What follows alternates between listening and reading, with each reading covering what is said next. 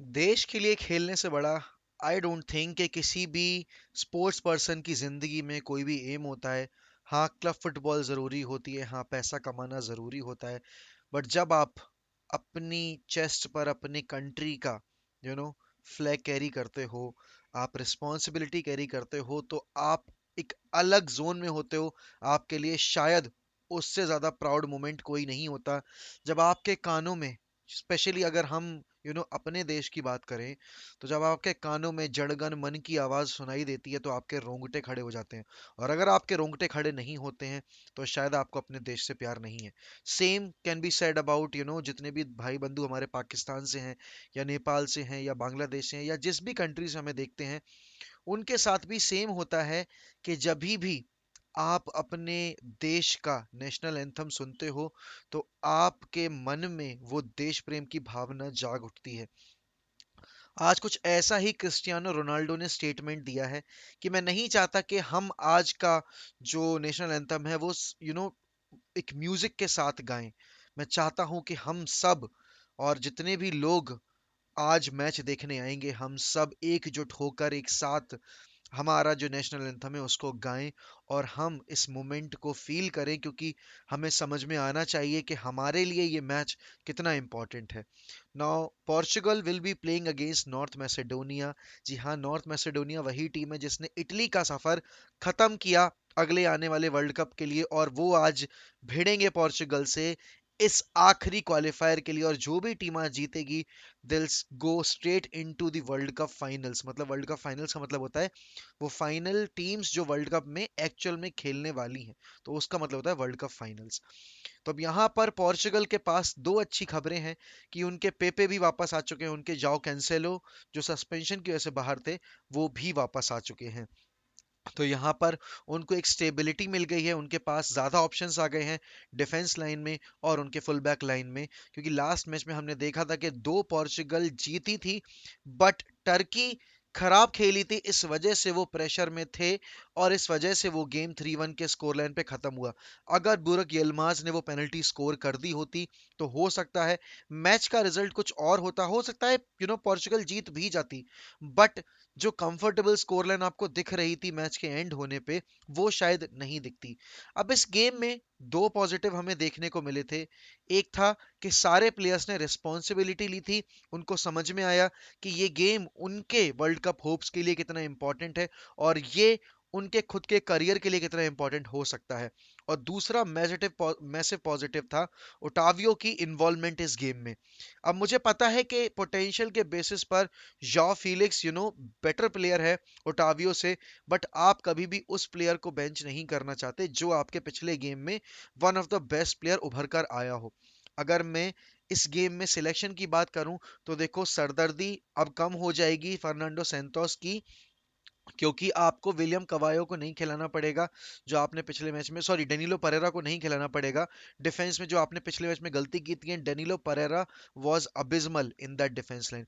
पेपे के आने से जोसेफ फॉन्ट को एक और स्टेबिलिटी मिल गई। आई नो कि दोनों ही एजिंग प्लेयर्स हैं, बट पोर्चुगल के लिए वही दो प्लेयर्स काम करते आए हैं। और मुझे नहीं लगता कि हाल फिलहाल में रूबेन डियास की एब्सेंस में जोसेफ फॉन्ट से बेटर कोई प्लेयर होगा जो पेपे के अलोंगसाइड खेलने के लिए सही रहेगा। जाओ कैंसेलो के आने से अब उनके दोनों फ्लैंक्स पर फुल बैक पोजीशन में एक मेजर स्टेबिलिटी आ गई है, क्योंकि आप देखो कि Raphael Guerreiro is a classy defender, is a classy full back जो कि लेफ्ट मिड की पोजीशन पे भी खेल सकते हैं। और यहाँ पर जाओ Cancelo provides that extra element of creativeness and extra element of attacking threats, जो कि हमें नहीं दिख रहा था डिएगो डेलो से। एंड डिएगो डेलो तो मेरी टीम का बंदा है, मुझे पता है उसकी क्या स्ट्रेंथ है क्या वीकनेसेस है। वीकनेसेस ही ज्यादा है, स्ट्रेंथ उतनी नहीं है। यहाँ पर मिडफील्ड सबसे बड़ा इशू रहेगा पोर्चुगल के लिए, क्योंकि आप देखोगे पोर्चुगल ने उस दिन दो नंबर 8 खिलाए थे एंड मुटीनियो को खिला रखा था उन्होंने आगे। अब यहाँ पर यार, Moutinho is not a sole number 6। आप उसके इनिशियल डेज से देखते रहोगे, अभी वूल्स में भी देखोगे, तो ही likes to play in a double pivot system अगर आप उसको डिफेंस लाइन में खिला रहे हो। यहाँ आप उसको डेनिलो पेरेरा को रख सकते हो डिफेंसिव मिड एरिया में अगर आप चाहते हो तो। नहीं तो आप, मुझे नहीं लगता कि मोटिनियो को आपको खिलाना चाहिए अगर आप ब्रूनो को खिलाना चाह रहे हो। या तो फिर डेनिलो परेरा, मोटिनियो और बर्नार्डो सिल्वा की जोड़ी खिलाओ। And if you want to play Bruno तो डेनिलो परेरा को सोल पिवट में खिलाओ, मतलब सोल सीडीएम पोजीशन पे, और आगे अफ्रंट आप बर्नार्डो सिल्वा और ब्रूनो को खिलाओ। क्योंकि ब्रूनो को नंबर 8 में रोल में खिलाकर आप एक्चुअली उस पर प्रेशर डाल रहे हो कि भाई तू नंबर 8 में डिफेंसिव ड्यूटीज में हेल्प भी करेगा, जो कि सेंटोस के फॉर्मेशन में बहुत ज्यादा देखने को मिलता है कि team as a unit defend करती है, जो कि करना भी चाहिए। बट बहुत ही पैसिव गेम प्ले हो जाता है पोर्चुगल का। टर्की के अगेंस्ट भी वो पैचेस में बढ़िया थे, वो पैचेस में काउंटर पे हिट करने की कोशिश कर रहे थे, बट टर्की इक्वली पथेटिक खेल रही थी। तो यहाँ पर पोर्चुगल के लिए गेम बहुत ही ज्यादा मायने रखता है, क्योंकि एक तो वो अपने होम क्राउड के सामने खेल रहे हैं, तो होम एडवांटेज उनके पास है। दूसरी, ये वो टीम है जो इटली को हरा कर आ रही है, और मैसेडोनिया के प्रेसिडेंट ने ये चीज बोली भी है कि we will not let Portugal go that easily, और हम भी जीतने के लिए ही खेल रहे हैं, हम यहाँ पर सिर्फ एक फिलर की तरह खेलने नहीं आए हैं। और नॉर्थ मैसेडोनिया की परफॉर्मेंसेज आप ओवर द टाइम पीरियड देखोगे तो अच्छी रही हैं, और इटली के अगेंस्ट उन्होंने प्रेशर एब्जॉर्ब किया। या Italy were pretty wasteful, but जीतने के बाद आप ये नहीं कह सकते कि ये टीम के पास अगर ये हो जाता तो ऐसा ना होता, ऐसा ना होता। जब एक बार रिजल्ट निकल आता है तो सामने वाली टीम चाहे जितना भी अच्छा खेली हो, या आप चाहे जितना भी अच्छा खेले हो, अगर आप नहीं जीत रहे हो तो वो बात वहीं खत्म हो जाती है। यहाँ पर पोर्चुगल को फोकस होके खेलना पड़ेगा, उनको अपना गेम थोड़ा स्मूथ करना पड़ेगा, क्योंकि टर्की के अगेंस्ट बहुत ही फंसा हुआ गेम था उनका, और Bruno was trying too much but Bruno was not doing so well. तो कोई फर्क नहीं पड़ेगा अगर ब्रूनो को ड्रॉप भी किया जाता है, क्योंकि at the end of the day you want your team to get qualified for the World Cups. और अगर ब्रूनो या बर्नार्डो सिल्वा या किसी भी एक की वजह से परफॉर्मेंस में डिप आता है, और नॉर्थ मैसेडोनिया अगर हिट कर देती है आपको, और अगर वो गलती से स्कोर लाइन प्रोटेक्ट करके ले जाते हैं, तो आपके पास पछताने के अलावा कुछ नहीं रहेगा। Ronaldo looked decent in the last game, but हमें पता है कि जब जब इंपॉर्टेंट गेम्स आते हैं, रोनाल्डो किस तरीके से टीम को लीड करता है। He has always been a leader, he has always been the player to go to जब भी एक इंपॉर्टेंट फिक्सचर्स आया हुआ होता है आपके सामने। तो फर्नांडो सैंतोस के सामने देखो, मिडफील्ड का सरदर्द है, डिफेंस लाइन में कोई सरदर्द नहीं है।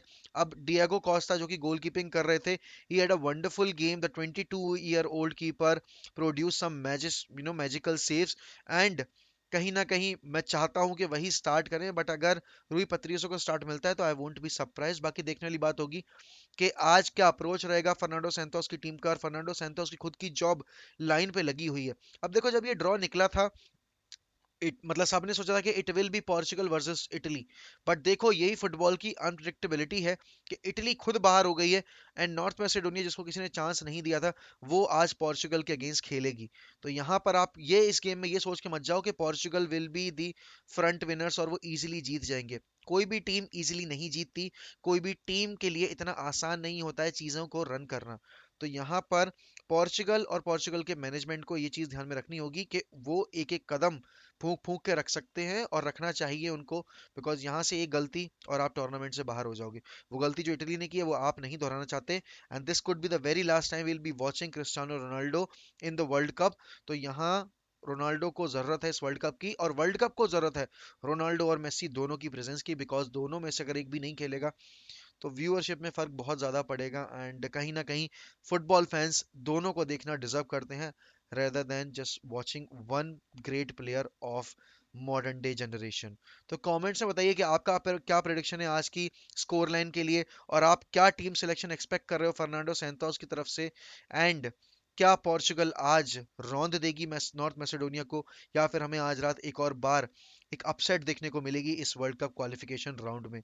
एंड अगर जिन्होंने अभी तक वन एमएफसी को सब्सक्राइब नहीं किया है तो don't forget to subscribe to one MFC, hit that bell icon. We are very close to 18k subscribers. Let's complete that 18k count before the end of this month, which will be very big boost for me. Keep supporting, keep praising, and we'll always keep the red flag flying high, guys, as Manchester United will never die. And tonight I'm hoping that Ronaldo will score at least a goal, and Portugal will prevail by a scoreline of 2-0. Let's see what's going to happen.